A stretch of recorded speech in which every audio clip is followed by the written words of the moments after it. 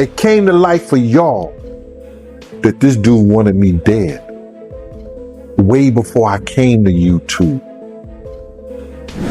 I'm not the type of dude that you can come up on like. Bro, listen. We out here what kind of content? You're not gonna tell me what to do. You can't come up on me. Bro, listen. If you come up on me, I'm gonna knock you the fuck out. That's what I say. That's what I say. Bro. That's what I say. No, bro. Gene Deal faced heavy backlash from Diddy's supporters after daring to speak up.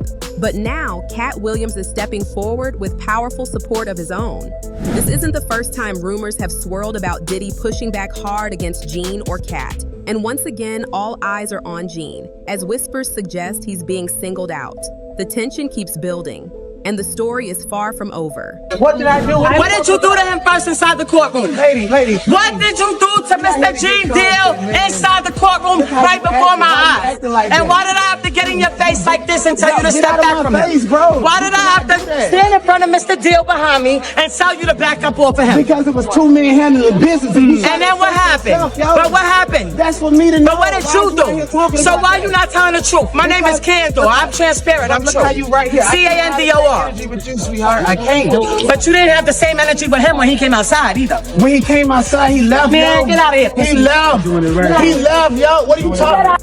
What he look like telling somebody to whoop my ass? He didn't tell him that. He wanted me in the dirt and was trying to rock me to sleep. He knew where I was at. Roger Bonds, once Diddy's security guard, revealed that Diddy pushed his team to go after Gene Deal, and Gene himself has backed up those claims. In a recent video, Gene admitted he's been moving with extra caution, avoiding certain places, convinced his safety is now at risk. Whispers suggest Diddy has been applying heavy pressure behind the scenes, making it clear that Gene is being watched and targeted. That this dude wanted me dead way before I came to YouTube. Because I was having meetings with serious dudes in the street. And he refused to sit down. So what did he do? He tell his security team. He didn't tell the NYPD officers. He didn't tell the Department of Correction officers. He didn't tell none of the parole officers or anybody he had working for him that was officers. He told street dudes who had did dirt in the street. When y'all see Gene, y'all do him dirty. Y'all beat him up. He ain't tell him to beat me up. What I look like getting beat up? What a grown man look like? Somebody smacking him around, hitting him and all this shit like that. I ain't taking no ass whooping. I ain't took an ass whooping since the fucking doctor spanked me on my fucking ass. I ain't took an ass whooping since my mom and my daddy. When they stopped taking it, I guess I'm got amnesia. I don't know what an ass whooping look like or feel like. Shockingly, the reality may be even darker. Diddy's actions aren't just about going after Gene. They're about sending a message, showing control, and instilling fear. But Gene isn't backing down. He's confident, outspoken, and refuses to be pushed around. He's made it clear he won't stay silent, and he won't let Diddy dictate the game, no matter how much pressure comes his way. I got a booking number, then you do an interview. I answer any of your questions. I ain't got no problem of answering anything that you want to know. All you got to do is pay my fee and I'll be there. He said, well, you ain't gonna tell me how to get the contact. And as soon as he said that, and he came like he was coming close to me, I took it back to 92. Wu-Tang, protect your neck. And that's all I'm gonna say. I took it back to that. I took it back to 1992 Wu-Tang, protect your neck. And he know what I'm talking about. Then when I did that, then next thing you know, a girl came, the guards started coming and stuff like that. And he told the guards, yo, watch the camera. He hit me. That's what he said to the guard. So one guard was like this. One guard got in front of me and I moved. He said, yo, Gene. He said, yo, Gene, because he know me. He said, yo, Gene, you could just knock me down, bro. Just take a couple of days and get up out of here. And so I was leaving. So he ran and got his camera, and then somebody called my name. He called my name like that. I turned around and I just said to him, I said, yo, bro, I'm not that dude that you could just run up on. I'm not that dude that you could say whatever you want to say. I'm a grown man. You understand? I'm not that dude that you could say whatever you want to say to, because if you run up on me, I'm going to knock you the F out. And that's how that went, bro. And it's nothing I'm proud of. You understand? But you don't talk to grown men. I don't care what kind of YouTube show you got. I don't care what kind of, you want to go viral, you want to do this and you want to do that. You conduct yourself as a gentleman. You want to call yourself a reporter. You don't see all the reporters who went to school. You don't see all the reporters who got their degrees, who got, you know, who worked up the ladder to become who they are, yelling and screaming and cursing and saying all kind of crazy shit to people. You don't see that. But if that's what you choose to do, you choose to do Gene that. admits he saw this coming years ago. Diddy had pressured him to stay silent, and insiders even reached out, warning him to stop revealing private details. And these weren't empty threats. Diddy's circle has a long history of showing just how serious they can be. In Hollywood, powerful figures rarely stay quiet when their image is challenged. Katt Williams learned that the hard way when his outspokenness brought heavy personal consequences. Man, Kat, you cool, man? How you doing? I'm cooler than a fan, man. They took my children from me. Yeah, I mean, How terrible is that? I did want to ask. The cops, allegedly found some guns and. Yeah, they always find guns. I never leave without. My girlfriend. I'm on the middle of an interview, sir. Sorry about. They found guns and drugs. Now, is Drugs? That's what it was reported. Sir, you can look at my paperwork. There was no drugs. Weed is not a drug. Yeah. I mean, do you think that's safe for kids to be around guns and stuff like that? I mean, I'm just curious. How do you keep this kid safe without guns? They were in a lockbox that the police broke. Oh, okay, yeah. I'm saying, if the police come in and raid my place and break into my gun boxes, you're gonna find guns. But these aren't. Well, I'm not in a gang. What difference does it make? Now, you were actually stopped for this and let go because you have a license for it. No, right? this is their 9th time coming to my house. The problem was this time they came to my office and took my kids from an office, not from my house, from an office. So now when I can't have my kids at my office, That's an issue. I must be the most terrible black dude. Katt was still wearing Kevlar to bed. To bed. I would get in bed with him at night and he would have Kevlar on. Wow. In bed. Roger Bonds claims Diddy has been targeting Gene since as far back as 2008, long before the FBI's involvement. Gene had already spoken out, sharing what he witnessed about Diddy's behavior and the way he operated behind the scenes. That's why Gene walked away. He knew too much, and Diddy saw him as a threat. Ever since, Gene has been pulling back the curtain, refusing to stay silent. If y'all see Gene, I'm telling y'all, man, somebody better punch him in the face. Somebody better do something to him, man. He out here doing this, that, and we be like, all right. Okay, so when was this? Because was Gene doing interviews at this point? Yeah, we talking like 2008, 2009. Gene was spreading the word. You know, Gene was always bad-mouthing Gene. Wait, hold on. Vlad TV started in 2008, 2009. YouTube was really early. No, he wasn't doing YouTube and stuff. He was going around talking a lot. And we all from Harlem. So he was just talking a lot of shit. And it's a small, Harlem is small. So what was Gene Deal saying during that time? What did you hear? He basically was talking about Puff and woman that was going on with him and Kim. Puff being gay, you know, with him and Usher, shit like that. He was talking the same shit that he's talking now on a major scale, but he was spreading it around Harlem. Okay. So it was basically a thing where, yo, if y'all see that, man, I'm telling y'all better hear he got hands put on him, this, that, and the other. But we seen. Issa revealed that another creator covering Diddy was confronted by his supporters right outside the courthouse. They warned Tissa that Diddy would come after her too, trying to intimidate her into silence. Shockingly, this all unfolded in plain sight of the police, yet no one stepped in. As the saying goes, a hit dog will holler. A hit dog will holler. A hit dog will holler. So listen, let me just tell you something, right? Because this is an interesting point that Lovely T actually point out. All the people with money, power, influences, Diddy's equal. They refuse to come and support this man because they know something was wrong. But there are a million broke, dusty, desperate, bitch-ass men here trying to bully women. It was a travesty. It was an all-out circus. Everybody, including myself, are running to safety. I've got a question for you, Tisa Tells, and everyone's going to want to know this. You're in a car right now. You had to leave the courthouse. Why? I had to leave the courthouse because Diddy's supporters were out of control. The first time I ran and did my live, of course, I had 2 armed security guys.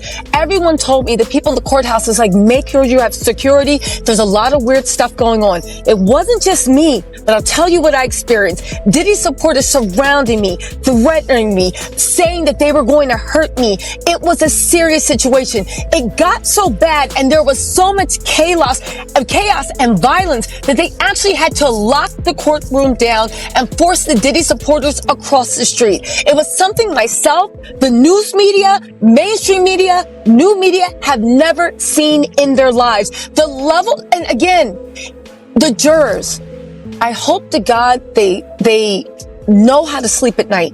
Because again, I'm sure they did their duty. But when all that chaos was happening, as I was being threatened and ushered out by armed security people, I thought, this is what the jury did. They sent a signal that it is okay to use violence. It's okay to drug people up. It's okay to live a life of debauchery. It's okay to do whatever you want. Because guess what? If you work hard enough and you have enough money and enough delusional fans and you have ingrained yourself in culture enough that you can do whatever you want.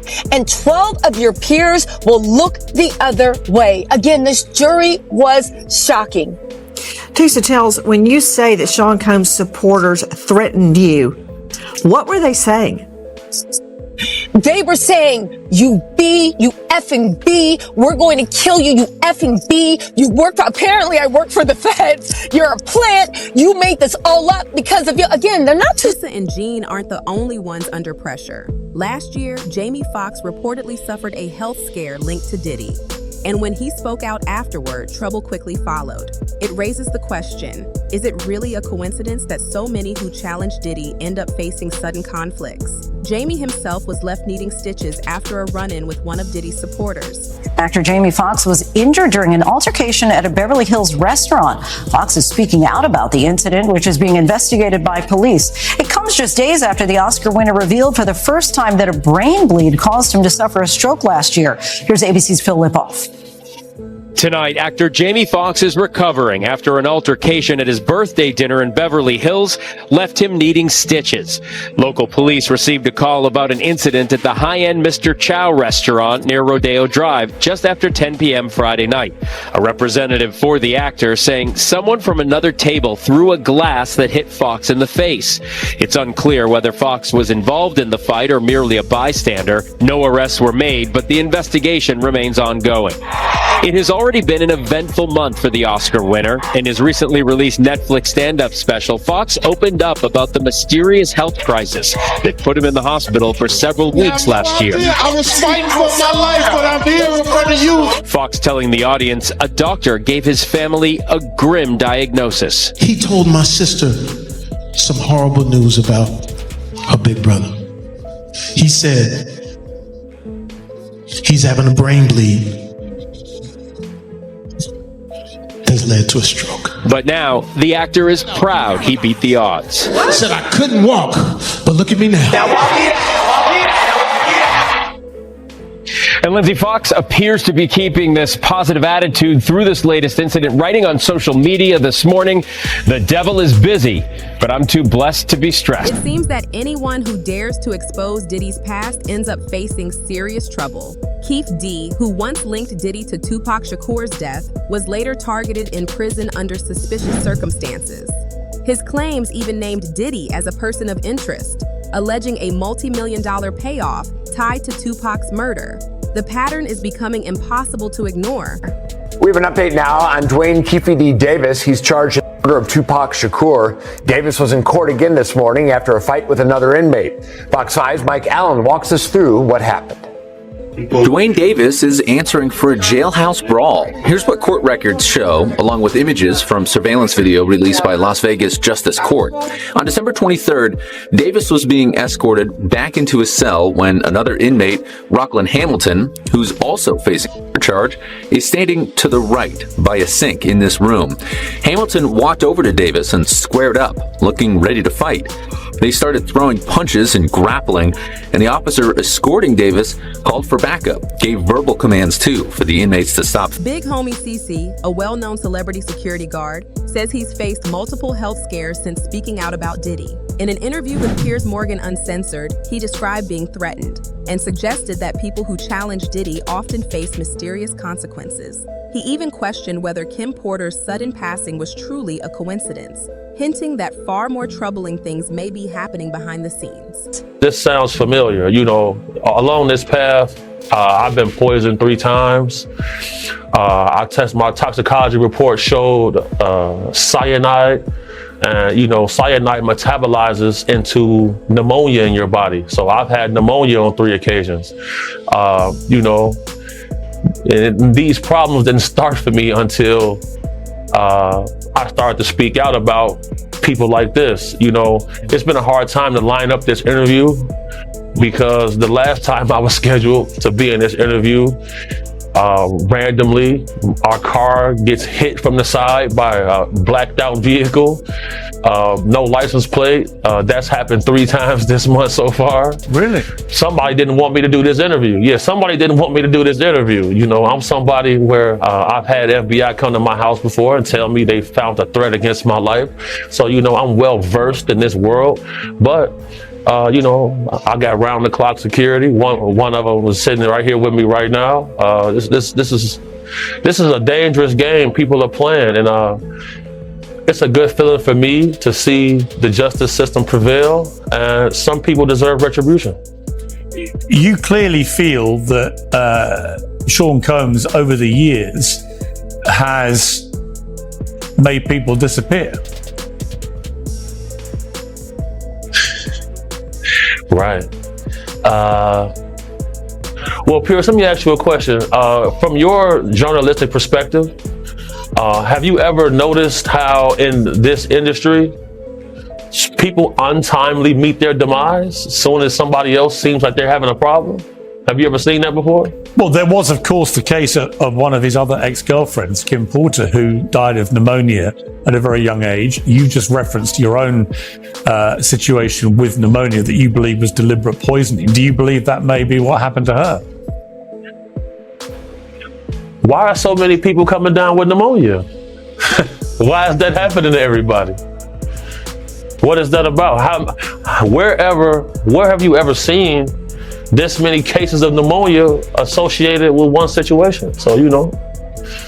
There were rumors. I'm not saying. Well, I was going to mention on this that there have been rumors circulating online that Diddy may have poisoned Jamie Foxx, which caused his 2023 hospitalization. In his Netflix show, he compared Combs to the devil in revealing his near-death experience after a brain bleed and stroke. He said, I say this all the time. I saw the tunnel. I didn't see the light. It was hot in that tunnel. Have I gone to the wrong place? I looked at the end of a tunnel and I thought I saw the devil saying, come on, or was that Puffy? Despite the threats, Gene remains unshaken. In multiple interviews, he's made it clear he isn't intimidated by Diddy or his supporters. Committed to sharing the truth, Gene refuses to stay silent any longer. He's witnessed too much, and now that people are paying attention, he won't back down. Even the recent incidents outside the courthouse haven't shaken him. He knows that cheap tactics like these won't work. And God knows I can bodyguard myself with his blessings. I can bodyguard myself with his blessings, bro. I'm not worried about that. Nothing beats an ambush, and I know that. But I'm not worried about his shit. People just need to talk about something. They want to have something to say, man. Oh, Gene got to be worried, so like that. So, shouldn't I have been worried when he was out here on the street? When he was out here on the street, I should have been worried. Yo, bro, August the 14th, 1999. high-speed chase in Harlem. You understand? How I didn't know that he didn't send nobody after me then. Cause niggas do that shit. They'll send somebody at you. I've seen dudes that do shit and they have niggas right there in the same clique and they didn't even know he did it. So how I know those 4 guys, 5 guns to my head wasn't sitting by him. When Roger Bonds come and say later that Diddy wanted something done in the Gene deal.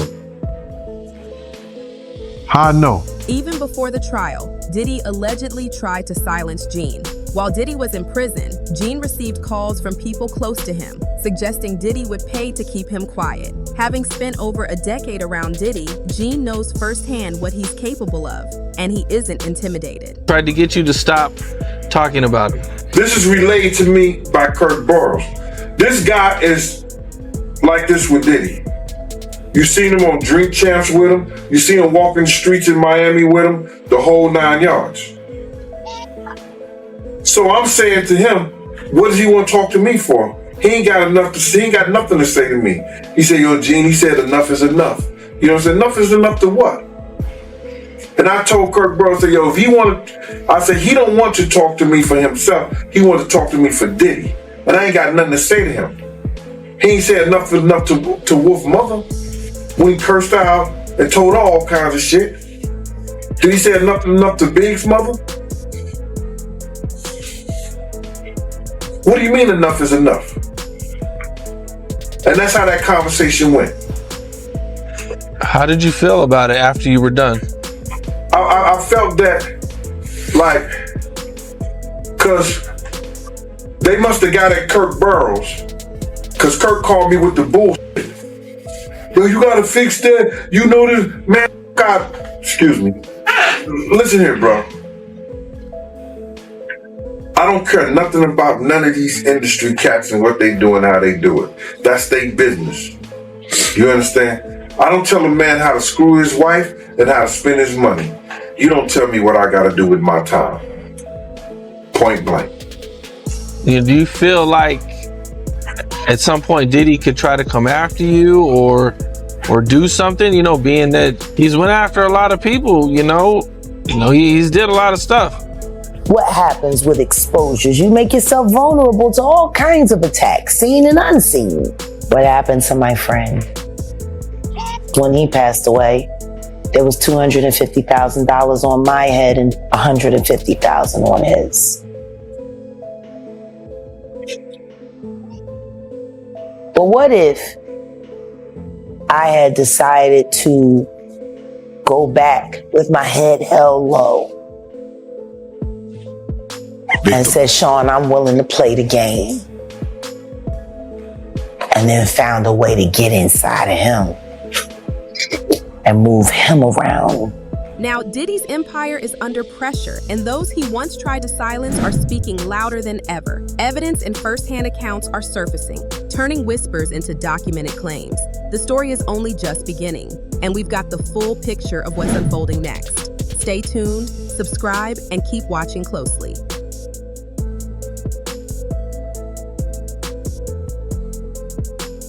Because the news came out that his former bandmate from Dirty Money, she called the other group member Dunn 58 times trying to get her to stop the lawsuit against Diddy. She ain't the only one he was trying to get in contact with. You understand? He sent somebody through somebody else to try to get in contact with me, telling me enough is enough. Oh, okay. You tell Big Mama that enough is enough. You can't tell Wolf Mama enough is enough. You tell D. Ferg Mama enough is enough. You understand? You tell all those people who supported you and they survivors enough is enough. You didn't tell me about this. So he tried to get somebody to reach out to you? No, I got a phone call from Kirk Burrows. And Kirk Burrows, and I ain't gonna even give this guy no play. Not Kirk Burrows, but one of the Puff dudes that I know that's real close to him said, Kirk told me, yo, he want to reach out to you, Gene. He want to speak to you. I said, speak to me for what? What do you want to speak to me for? If he's trying to speak to me, it's for Puff. Point blank. I know the dude. I know how close he is to Puff. He's been with Puff from day one. So he ain't got nothing to say to me, bro. But Kirk Burrows did say to me that the dude said enough is enough. When do it becomes enough? Just go ahead and move out the country, baby. Pack little white guy up. Get on out of here. Go protect your family. Because if you think Sean and he done beat it, and you got 30 out of him, at the least, me personally, at the least, I would get your boyfriend every time somebody see him. Like I wouldn't have to be there. So I'm telling you, if I would do that, I don't know, you know Sean better than me. Cassie. So you believe that Diddy, he'll try to harm Cassie if he get out? I think so. I'm not trying to, man, it's hard because I don't know what Sean's getting out. I don't know what Sean is getting out of prison. I don't know if Sean is reformed. You get what I'm saying? Like, I don't know if Sean's gonna get out more arrogant now that you just beat the feds. You see his kids dancing around, they don't look grateful. They look like, yeah, we gonna keep winning. That's not the attitude I would be giving. When I beat my case, when I walked out on my case, I dropped to my fucking knees. I didn't want to be around nobody. I'm happy as shit. I'm not celebrating blowing up in the law face because I know I was just fucking crying, begging God. Nobody was in there with me. I was begging him. So how I look like to get out here and act like some macho hero, like I wasn't just being a little bitch on my knees for my father to save me when nobody else would. So I don't know what P. Diddy getting out. But me, personally, you took 30 million from me, I would advise you to I would get out and tell you to leave the country. Diddy's empire is under pressure, and those he tried to silence are now speaking louder than ever. Evidence and first-hand accounts are surfacing, turning rumors into documented claims. The story is just getting started, and we've got the full picture of what's unfolding next. Stay tuned, subscribe.